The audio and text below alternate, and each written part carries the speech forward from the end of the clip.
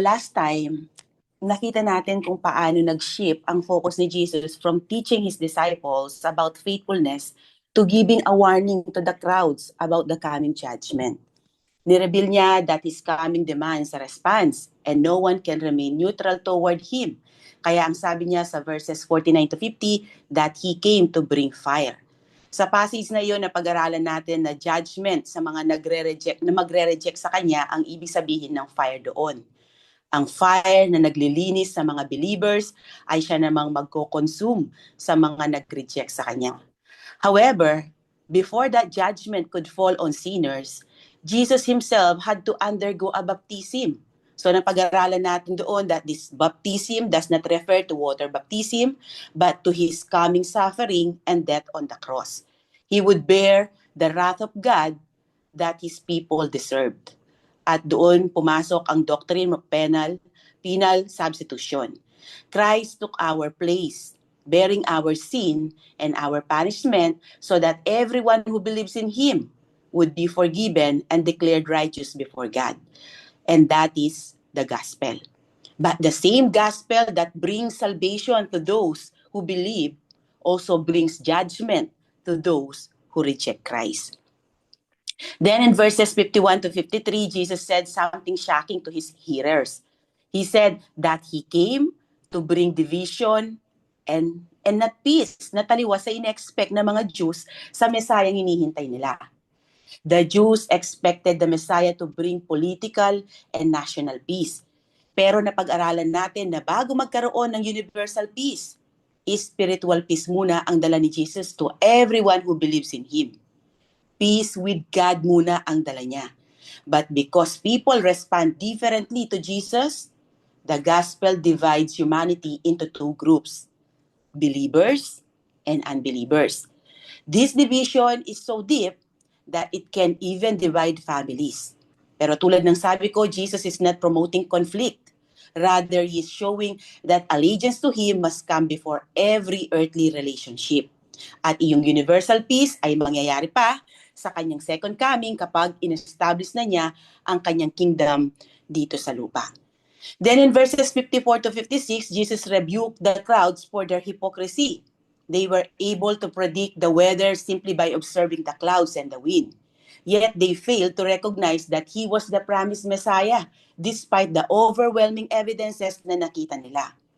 They had heard his teaching, witnessed his miracles, seen his sinless life, and watched his fulfillment of prophecy. So ang problema was not a lack of evidence, but unbelief. Nireject nila si Jesus dahil hindi siya nag-fit sa in-expect nilang Messiah. Kaya they refused to submit to him. Then in verses 57 to 59, ipinakita niya dito ang urgency to respond to his calling before it is too late. Gumamit siya ng isang illustration where he advised a man to settle his legal dispute before reaching the judge. His point was not about financial debt, but our spiritual debt before God. Every person will one day stand before Jesus, either as their Savior who rewards his faithful servants, or as their judge who executes perfect justice. Now, as we move into Luke chapter 13, Jesus continues the same theme. Sa Luke 13 verses 1 to 5, makikita dito yung urgency ng kanyang calling to repent. Don't assume you have more time than others. Every person must repent before it is too late. Then in Luke 13 verses 6 to 9, makikita natin dito that God's patience is real, but it has a limit. At ang ginamit niyang illustration to make his point clear ay ang parable of the barren fig tree. This parable beautifully balances God's patience and God's justice. God is patient, kaya binibigyan niya pa ng time ang mga sinners to repent. Pero makikita din natin dito that his patience is not endless. Time will come, he will judge those who did not repent. So ngayon, simulan na nating himayin ang ating napagandang passage for today. So dito muna tayo sa repent or perish sa verses 1 to 5. Sabi niya dito sa verse 1, Now there were some present at that time who told Jesus about the Galileans whose blood Pilate had mixed with their sacrifices. So tulad ng sinabi ko sa introduction, Connected ang section na ito sa mga naunang turo ni Jesus. Same crowd pa rin ang kausap niya at nakikinig sa kanya. Hindi na putol ang context. Sa katunayan, sinabi ni Luke, there were some present at that time na nagpapakita na tuloy-tuloy pa rin ang usapan. Mapapansin natin na ito ang tatlong pagkakataon sa Luke chapters 12 to 13 na na-interrupt ang pagtuturo ni Jesus. So una sa Luke 12:13, isang lalaki mula sa crowd ang nagsabi kay Jesus to tell his brother to divide their inheritance. Pangalawa sa Luke 12:41, si Peter naman ang nagtanong kung ang parable ba ay para lamang sa mga disciples o para sa lahat ng naroon. At ngayon, ito na ang pangatlong interruption. Habang nagtuturo si Jesus tungkol sa paparating na judgment at kung bakit kailangan makipag-reconcile sa Diyos habang may panahon pa, na diniscuss natin sa Luke 12 verses 57-59, there were some present at that time who told Jesus about the Galileans whose blood Pilate had mixed with their sacrifices. So ang ibig lang sabihin nito ay pinapatay ni Pilate ang mga Galileans na ito habang sila ay naghahandog ng kanilang mga sacrifices.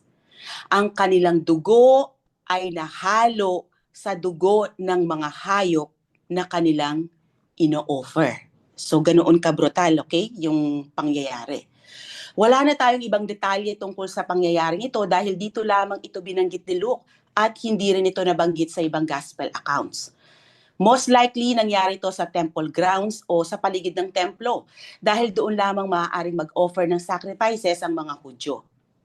May mga commentators na nagsasabing maaaring panahon ito ng Passover dahil maraming Galileans ang pumupunta sa Jerusalem upang maghandog ng kanilang mga sacrifices during the Passover season. Ngunit hindi ito binanggit ni Luke kaya hindi tayo maaaring magsalita ng may certainty, okay? So noong panahong iyon, si Pilate ang Roman governor ng Judea. Kilala siya sa pagiging malupit at brutal sa mga taong he considered a threat to the Roman government. Maging ang Jewish historian na si Josephus ay may mga isinulat patungkol sa marahas na pagpatay ni Pilate sa mga Hudyo na kumakalaban sa Roman government. Kaya ang pangyayaring ito dito sa inaaral natin ay hindi taliwas sa karakter ni Pilate. May ilang scholars na nagsasabing maaaring pinanghinalaan daw ni Pilate na involve ang mga Galileans na ito sa pagre-rebelde against the Romans.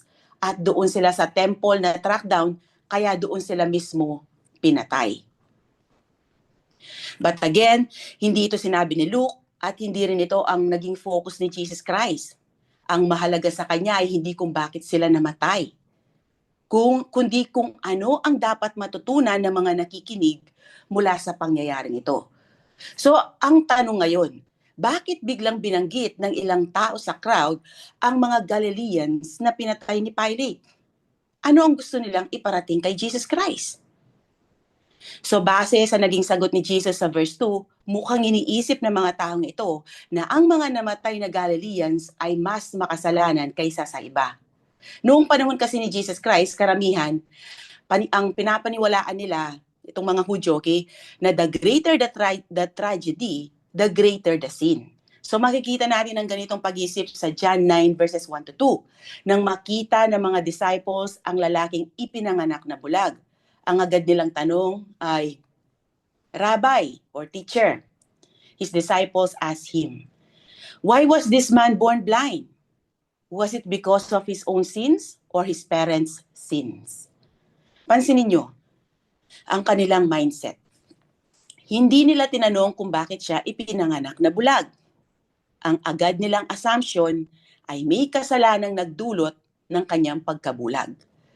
Though sometimes ang ating kasalanan ang dahilan ng ating pagdurusa or suffering, pero hindi laging ganoon, okay? Kaya dito sa inaaral natin ang maaaring nasa isip nila na hindi nila ma-verbalize ay ito. Teacher, pinatay sila ni Pilate. Ibig bang sabihin mas makasalanan sila kaysa sa ibang Galileans na nasa temple na hindi namatay?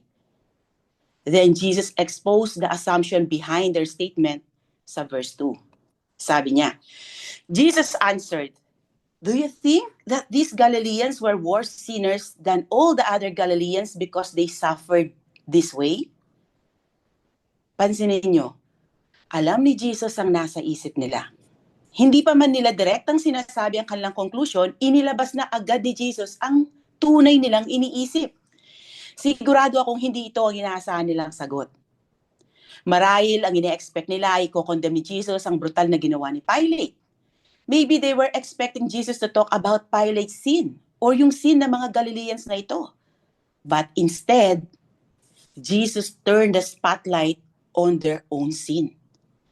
Imagine niyo, ang mga tao ay nakatingin sa kasalanan ng iba. Ngunit ang ginawa ni Jesus, pinaharap sila sa sarili nilang kasalanan.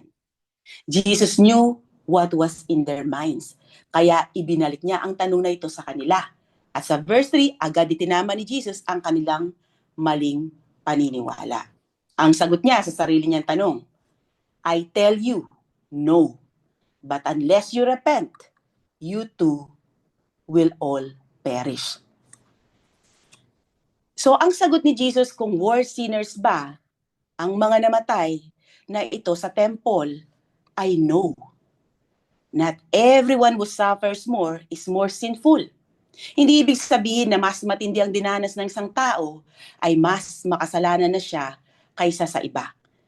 Tignan na lang natin ang buhay ni Job or ang mga apostles ni Christ. Kung may mga taong may matinding pinagdaanan sa buhay, isa sila sa mga yun. Pero hindi dahil sila ay mas makasalanan kaysa sa iba, kundi dahil sa pagsunod nila kay Jesus Christ. So this corrects the false idea that tragedy is always proportional to personal sin. So ang gustong sabihin ni Jesus dito, they were not worse sinners. Pero kung mapapansin nyo, hindi rin sinabi ni Jesus na inosente ang mga Galileans na ito. So ibig sabihin, sila ay makasalanan rin gaya ng lahat ng tao. Pakibasa, Gavin? For all have sinned and fall short of the glory of God. Pero hindi doon nagtatapos ang sagot ni Jesus. Ginamit niya ang pangyayaring ito bilang babala sa lahat ng nakikinig. Ganun na din sa atin ngayon. Hindi niya ipinaliwanag kung bakit pinayagan ng Diyos na mangyari ang trahedyang iyon. Hindi rin niya binanggit ang kasalanan ni Pilate o ng mga Galileans na pinatay. Instead, he turned the spotlight back on the crowd. Ang sabi niya, but unless you repent, you too will all perish. Makita natin dito na ang salitang perish ay hindi lang tumutukoy sa physical death, kundi sa eternal judgment. So bakit ko nasabi yon? Dahil sinabi ni Jesus, unless you repent. Kung physical death lang ang tinutukoy niya dito, mawawalan ng saysay ang panawagan niya to repent. Dahil lahat ng tao, whether nag-repent or not, ay mamamatay physically. Hebrews 9:27. Kaya malinaw na ang contrast ni Jesus ay hindi sa pagitan ng physical death at physical survival, kundi sa pagitan ng repentance at eternal destruction, or eternal life at eternal destruction. Para bang sinasabi niya dito, huwag niyong isipin na ang tanong ay bakit sila namatay. Ang tanong ay handa ba kayong humarap sa Diyos kung kayo ang mamamatay ngayon. So ito ay may direct connection sa last part ng Luke chapter 12, kung saan sinabi ni Jesus na darating ang judge, kaya kailangan nating makipagkasundo sa Kanya habang may panahon pa. Ang bawat tragedy ay paalala na anumang oras, maaaring matapos ang buhay natin. Kaya ang tamang response ay repent of your sins and turn to God while there is still time. Repentance is urgent because death can come unexpectedly.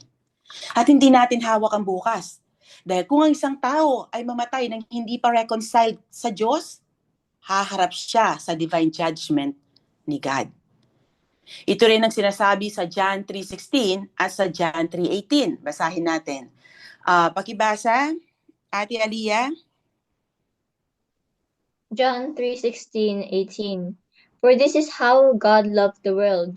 He gave his one and only Son, so that everyone who believes in him will not perish, but have eternal life. 18. There is no judgment against anyone who believes in him, but anyone who does not believe in him has already been judged for not believing in God's one and only Son. Nakita nyo ang contrast between perish and eternal life? Hindi lang siya physical death, kundi eternal judgment in hell, in contrast to eternal life with God. Those who believe in Christ will not perish, but have eternal life.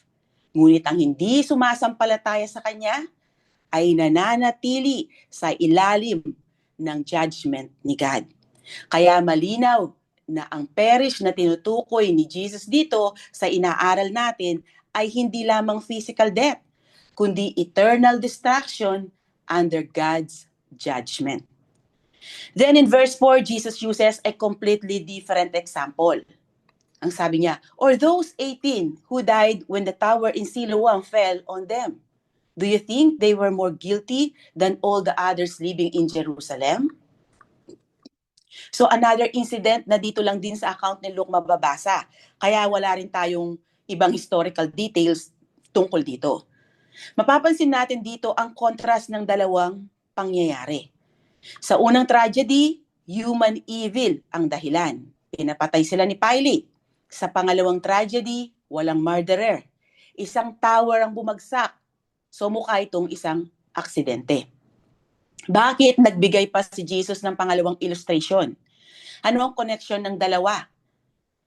Dahil gusto niyang ipakita na regardless of how people die, whether through evil people, accidents, sickness, or natural disasters, the lesson remains the same.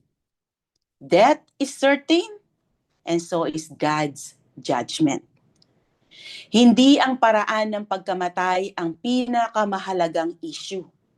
Ang pinakamahalagang tanong ay, are you ready to meet God? So for the second time in verse 5, Jesus answered his own question. Kung mas guilty ba ang mga namatay sa Tower of Siloam?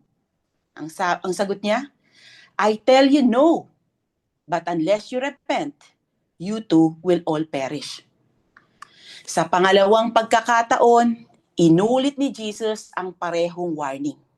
Kapag inuulit ng Panginoon ang isang bagay, gusto niyang bigyan natin ito ng seryosong pansin. 2 beses niyang sinabi, unless you repent, you too will all perish. Ang phrase na you too will all perish ay hindi nangangahulugang mamamatay ang lahat sa parehong paraan ng mga Galileans o ng 18 na taong namatay sa Tower of Siloam. Ang ibig sabihin nito ay kung paanong tiyak ang kanilang kamatayan, gayon din ay tiyak ang paghatol ng Diyos sa lahat ng hindi nagsisisi. Ipinapakita nito ang certainty of God's judgment. Ang message ni Jesus ay malinaw. Unless a person repents, he will face eternal judgment when he stands before God. Hindi natin alam kung paano tayo mamamatay at kung kailan. Pero alam nating tayong lahat ay mamamatay. At pagkatapos nito ay judgment. Pakibasa ko yan, Nathan. And just as it is appointed for man to die once, and after that comes judgment. Judgment sa mga hindi nakipag-reconcile kay God. Kaya gaya ng illustration ni Jesus sa Luke 12:58-59, we need to settle our case with the judge while there is still time. Habang tayo ay buhay pa, kailangan nating makipagkasundo sa Diyos sa pamamagitan ni Kristo dahil kapag dumating na ang araw ng paghuhukom, it will be too late to repent. Pinag-aralan na natin sa ating mga nakaraang pag-aaral kung ano ba ang biblical repentance. Repentance is not merely feeling sorry. Hindi porket umiyak ka at naging emotional ay genuine na ang repentance na ginawa mo. Malalaman natin yan sa pamagitan ng naging pamumuhay mo. At yun ang bunga ng repentance. At makikita natin iyon sa parable of the barren fig tree. Pero bago tayo dumako doon, ibibigay ko muna ang 2 essential elements of genuine repentance. So una, a sinner must change his mind about his sin. Kailangan niyang i-acknowledge that God's law is perfectly holy and that it applies to him. Nilabag niya ito and he deserves God's righteous judgment and eternal punishment in hell. Ang taong totoong nagrepent ay umaayon sa diagnosis ni God tungkol sa kanyang sinful state. Inaamin niya na siya ay makasalanan, hiwalay sa Diyos, at walang kakayahan na iligtas ang kanyang sarili o makawala sa kapangyarihan ng kasalanan sa sarili niyang kakayahan. Pangalawa, repentance, sorry hindi ko napalitan itong number, okay? Number 2 yan. Repentance means recognizing that Jesus Christ is the only Savior. Hindi sapat ang basta pagtalikod sa kasalanan. Dahil kapag ganun lang ang ginawa mo, babalik at babalikan mo ito. True repentance involves turning to God through faith in Jesus Christ. Ibig sabihin, hihinto ka sa pagsunod sa mundo at mag-a-about face ka to follow Christ. At ito ang only way para magkaroon ng pagbabago ang iyong buhay. So basahin natin sa Luke 24 verses 46 to 47. Pakibasa, Tihana. And he said, "Yes, it was written long ago that the Messiah would suffer and die and rise from the dead on the third day. It was also written that this message would be proclaimed in the authority of his name to all the nations, beginning in Jerusalem. There's forgiveness of sin for all who repent." Yon, malinaw. There is forgiveness of sins for all who repent. And then sa 1 Thessalonians 1 verses 9 to 10, pakibasa, Ati Chloe. For they keep talking about the wonderful welcome you gave us and how you turned away from idols to serve the living and true God. And they speak of how you are looking forward to the coming of God's Son from heaven, Jesus, whom God raised from the dead. He is the one who has rescued us from the terrors of the coming judgment. So yung sinabi dito, how you turn away from your idols to serve the living God. Repentance yan, okay? Tumalikod sila. At anong ginawa nila after nilang tumalikod? Nag-serve sila sa buhay at totoong Diyos. So yun ang totoong repentance. Hindi ito perfection, okay? Kundi change of direction. Kung dati tumatakbo ka palayo sa Diyos, ngayon ay lumalapit ka kay Kristo bilang iyong Panginoon at tagapagligtas. Kung dati ang daan ng mundo ang tinatahak mo, ngayon ang daang matuwid na ni Kristo ang tinatahak mo. Kaya hindi ito perfection but change of direction dahil minsan sa journey na ito, madadapa tayo. Pero tayo ay magpapatuloy sa ating pagsunod kay Jesus Christ. In other words, biblical repentance is both turning from sin and turning to Christ for forgiveness, salvation, and new life. So ito ay 180-degree na pagbabago. Before, ito ka, you are facing the wrong way. Ikaw ay self-centered, you love your sin, ikaw ay spiritually blind, slave ng kasalanan, at ang destination ay eternal death, separation from God. Then after you repented, yan, ito na, tumalikod ka na. You are now facing the right way. Ang buhay mo ay God-centered na. Hindi na yung will mo ang nasusunod, kundi yung will na ni God ang sinusunod mo. And you love God, kaya you want to please Him. Ngayon, spiritually awake ka na. Nagkaroon ka na ng new heart. Hindi na siya heart of stone, kundi heart of flesh na siya. Buhay na siya. At nagkaroon ka na ng freedom in Christ. At ang destination mo ay eternal life in God's presence. Ang eternal life ay quality and quantity of life. Okay?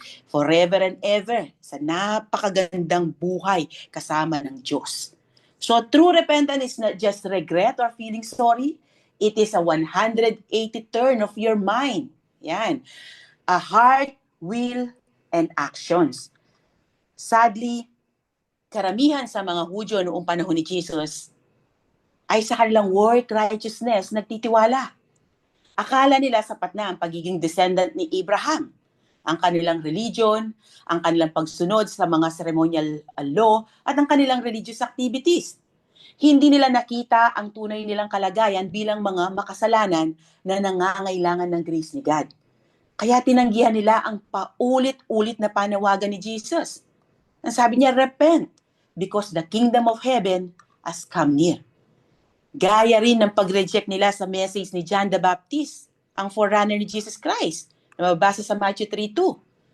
Paulit-ulit silang tinawag ng Diyos na magsisi, ngunit pinili nilang umasa sa kanilang mga gawa. At ganun din ang warning ni Jesus dito sa Luke 13. 2 beses niyang inulit ang kanyang warning, unless you repent, you will all likewise perish. So dito makikita natin kung gaano kabuti ang puso ng Panginoon. Pilit niyang inaabot ang mga makasalanan na magbalik loob sa Kanya habang may pagkakataon pa. So ano ang application nito sa atin ngayon? So dahil sa kasalanan, ang default mode ng tao ay judgment sa hell. Hindi lang ang mga Jews, okay? Kundi lahat tayo. Tulad ng nabasa natin kanina sa Romans 3:23. For all have sinned and fall short of the glory of God. Lahat tayo ay makasalanan. So everyone deserves eternal judgment. Kaya ang nakakagulat ay hindi kung bakit may namamatay. Ang nakakagulat ay kung bakit hanggang ngayon buhay pa tayong mga makasalanan.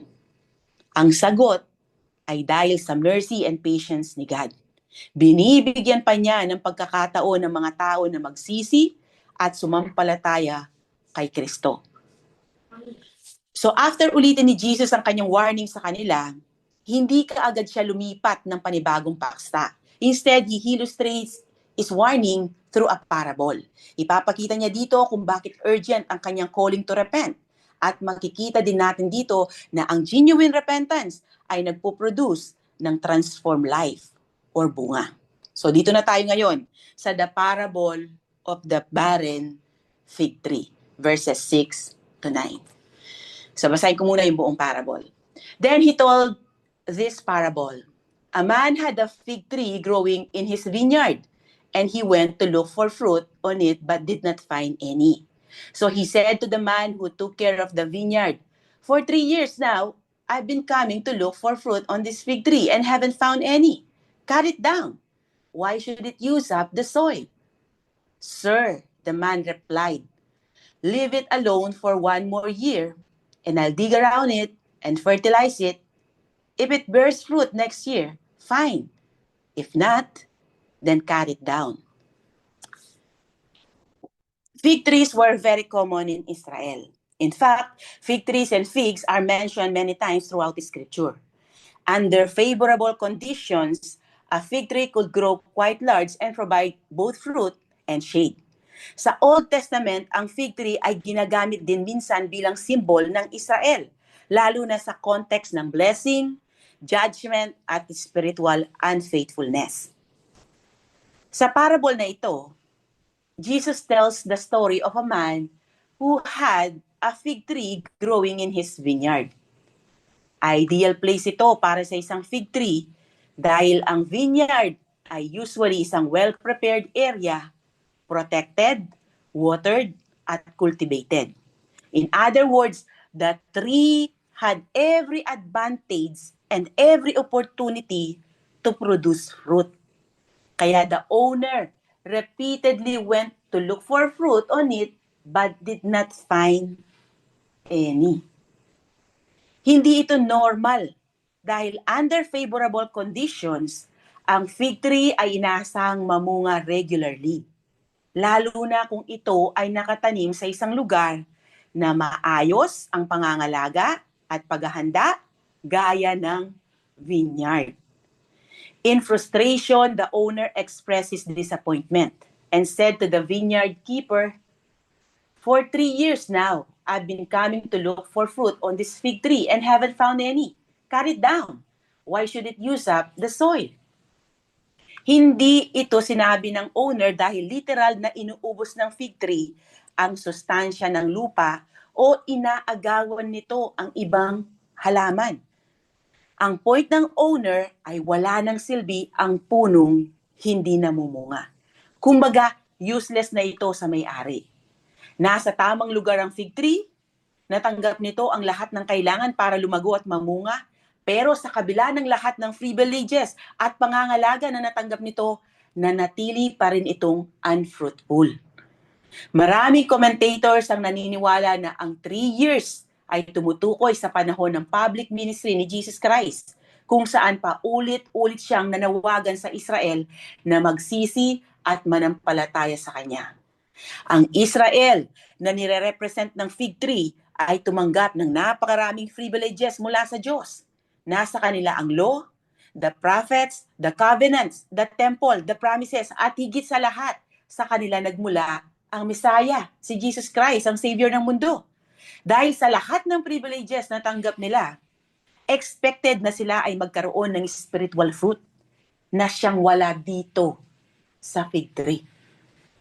Makikita natin dito na ang evidence ng genuine repentance ay spiritual fruit at transform life.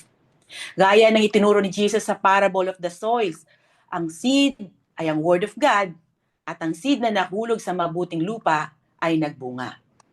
Pakibasa, Ate Rain. The seed that fell on good soil represents those who truly hear and understand God's word and produce a harvest of 30, 60, or even 100 times as much as had been planted. So, tulad ng nasabi ko kanina, ang tunay na repentance ay hindi lamang makikita sa emotions, sa pagiyak o pangakong magbabago. Ang evidence ng tunay na repentance ay ang pagbabago ng direksyon ng buhay at ang patuloy na paglago sa pagsunod sa Diyos. Hindi ibig sabihin nito na ang isang tao ay magiging perfect agad, okay? Dahil ang spiritual fruit ay lumalaki sa paglipas ng panahon. Kaya kung tunay ang repentance at faith, magkakaroon nito ng evidence sa buhay ng tao. Ngayon, para mas ma-appreciate natin ang illustration ni Jesus, balikan natin ang law na ibinigay ni God tungkol sa farming sa mga Israelites sa Old Testament. Dahil familiar ang mga nakikinig sa kanya sa ganitong background. So Leviticus 19:23-25 gives us a helpful Old Testament background kung bakit reasonable ang expectation ng owner na magkaroon ng bunga ang fig tree. Pakibasa. Kuya Denver?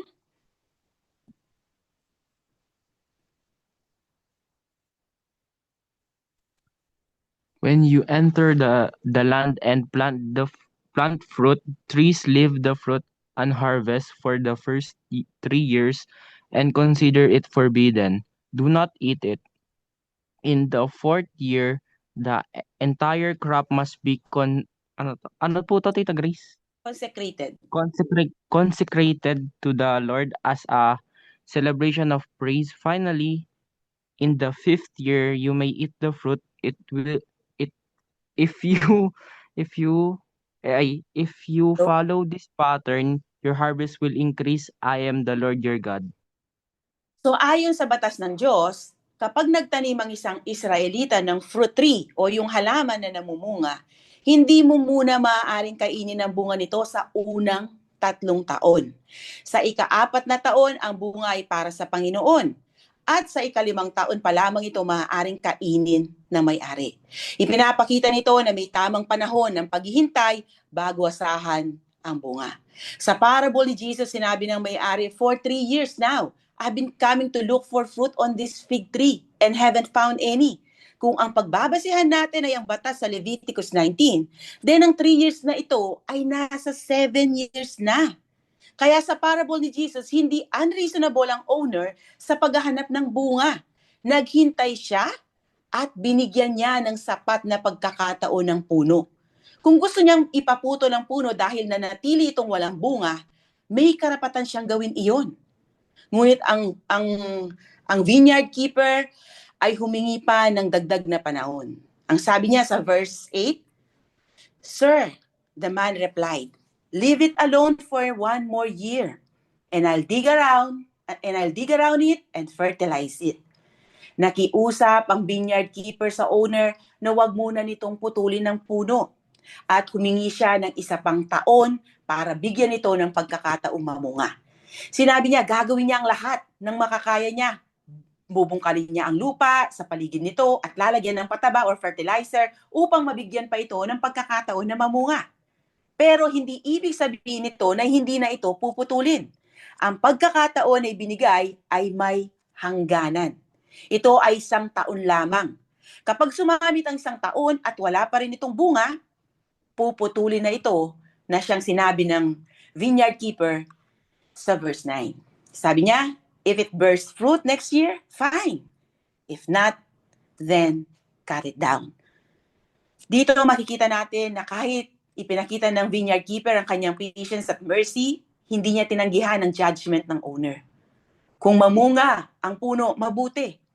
Pero kung mananatili pa rin itong walang bunga, sang-ayon siya na putulin na ito. Sa parable, hindi lang isang beses naghintay ang may-ari. 3 taon na siyang naghahanap. At pagkatapos noon, binigyan pa niya ng 1 taon ang puno para mamunga. Ibig sabihin, sobra na ang pasensya ng may-ari. Dito natin makikita ang patience and mercy ng owner. Ganon din si God. However, God's patience does not mean that judgment will never come. The delay of judgment does not mean the cancellation of judgment. At kung mapapansin nyo, parang cliffhanger ang ending ng parable, ano? Hindi sinabi ni Jesus kung namunga ba ang fig tree o pinutol. Bigla na lang natapos ang parable at kung babasahin nyo ang verse 10 onwards, ibang theme na yon. Iniwan ni Jesus ang ending na bukas dahil ang ending ay nasa kamay ng mga nakikinig. Ang focus ng parable ay hindi para sagutin ang tanong na ano ang nangyari sa puno, kundi ano ang gagawin nyo pagkatapos nyong marinig ang babalang ito. Parang sinasabi ni Jesus, nabigyan na kayo ng pagkakataon. Ano ngayon ang magiging tugon nyo sa aking panawagan? Magre-repent pa kayo at mamumunga? O mananatili kayong walang bunga hanggang dumating ang judgment? Yan ang dahilan kung bakit napaka-personal ng parable. Jesus intentionally leaves the ending open because the outcome depends on how each person responds to his call to repent para magkaroon ng self-reflection ang bawat individual. Ngayon, tignan natin ang meaning ng parable of the barren fig tree. Although this parable has a personal application for every sinner, para ito sa lahat, its primary application in its original context is to the nation of Israel, yung mga kausap niya nung time na yon, okay? So the fig tree represents Israel. Tulad na sabi ko kanina, gaya ng puno na itinanim sa isang maayos na vineyard, ang Israel ay nakatanggap ng napakaraming blessings at privileges mula sa Diyos. Sabi ni Apostle Paul sa Romans 9 verses 45, nasa kanila ang adoption, ang glory, covenants, giving of the law, temple services, promises, at mula sa kanila nagmula ang Messiah, ayon sa laman. Ngunit sa kabila ng lahat ng ito, nabigo ang Israel na magbunga ng spiritual fruit. Bago pa magsimula ang ministry ni Jesus, nandyan na si John the Baptist na nananawagan, repent, for the kingdom of heaven has come near. Ganito rin ang mensahe ni Jesus sa Matthew 4:17 na nabasa natin kanina. But many continued in unbelief. Kahit narinig nila ang teaching ni Jesus at nakita ang kanyang miracles, kabilang na ang pagbuhay kay Lazarus, marami pa rin ang nagmatigas ng kanilang puso at tumanggi sa kanya. Ang 1 more year ay nagpapakita ng patient extension of God's mercy. Hindi agad nagdala ang Diyos ng judgment sa mga tao niya. Sa Acts, makikita natin na marami pa ring Jews ang nagsisi at sumampalataya kay Kristo. Ngunit marami rin ang patuloy na tumanggi at pinersecute pa ang mga disciples ni Christ. Dahil sa patuloy nilang rejection at kawalan ng repentance, dumating ang judgment. Nasira ang Jerusalem sa kamay ng mga Romans noong AD 70. Ang pagkawasak ng Jerusalem ay isang historical judgment, ngunit ito rin ay nagtuturo patungo sa final judgment ni God. Kaya ang message ni Jesus ay malinaw. God is patient, but His patience is not endless. Kaya habang may panahon pa, magsisi at lumapit kay Kristo. Ngayon, tignan natin ang 5 lessons from the parable. Una, God expects spiritual fruit from those who have received His blessings. Ang fig tree ay nakatanim sa isang magandang vineyard. Kaya nag-expect ang may-ari ng bunga mula dito dahil nasa kanya ang lahat ng kailangan para ito ay mamunga. Ganito rin ang Israel. Napakaraming blessings ang natanggap nila mula sa Diyos. Therefore, it is not unreasonable for God to expect spiritual fruit from those whom He has greatly blessed. Pangalawa, genuine repentance always produces spiritual fruit. Fruit is not the root of salvation, but it is the evidence of genuine salvation. So ulitin ko, fruit does not save a person, but true salvation always produces fruit. So ang result ng totoong repentance at totoong faith kay Jesus Christ ay transform life or spiritual fruit. Hindi sapat ang pagiging religious o pagiging malapit sa mga bagay ng Diyos. Ang nabagong buhay ng bawat Kristiyano ang patunay na nasa buhay nila si Kristo at genuine ang kanilang repentance and faith kay Christ. Pangatlo, God is patient and merciful, giving sinners time to repent. Hindi agad pinutol ng may-ari ang puno. Binigyan pa ito ng 1 taon. Ipinapakita nito ang kahabaan ng pasensya ng may-ari at ang kanyang patuloy na pagbibigay ng pagkakataon upang mamunga ang puno. Ganon din si God. God's patience is an expression of His mercy, not a sign that He approves of sin. Ang pagka-delay ng judgment ay hindi nangangahulugan na hindi mahalaga sa Diyos ang kasalanan o pinapayagan niya ito. Sa halip, ipinapakita nito ang kanyang kabutihan at ang kanyang pagbibigay ng panahon sa mga makasalanan upang magsisi. Every day we live is another opportunity to repent and turn to Christ. Pang-apat, God's patience has a limit. Sa pagbibigay ng another year ng owner sa fig tree para mamunga, makikita dito ang kanyang patience and mercy. However, His patience was not unlimited. The same is true with God. In His mercy, He gives sinners time to repent, but we must never mistake His patience for the permanent postponement of judgment. Darating ang time when the opportunity to repent will be gone forever, because His righteous judgment will come at His perfect time. And lastly, judgment is certain for those who remain unrepentant. Sa huli ng parable, sinabi ng vineyard keeper, if it bears fruit next year, fine. But if not, cut it down. Ang pagputol sa puno ay larawan ng divine judgment sa mga taong patuloy na tumatanggi sa Diyos at ayaw magsisi. Ito rin ang message ni John the Baptist sa Matthew 3:10. Pakibasa, Ate Hana. The axe is already at the root of the trees. Therefore, every tree that doesn't produce good fruit will be cut down and thrown into the fire. So the urgency of repentance is real because death is certain, and so is judgment.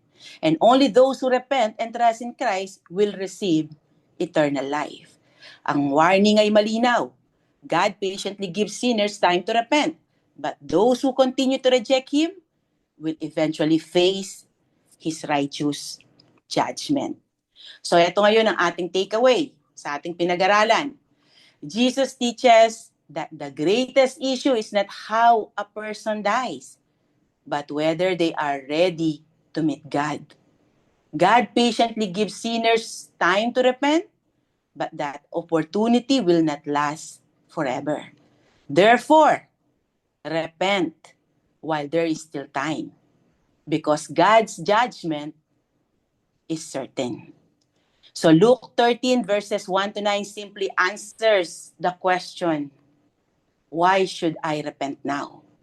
The answer is, because life is uncertain, judgment is certain, and God's offer of grace is available today, but not forever. So dito nagtatapos ang napakagandang lesson na ating inaral ngayon. Thank you for listening. To God be all the glory.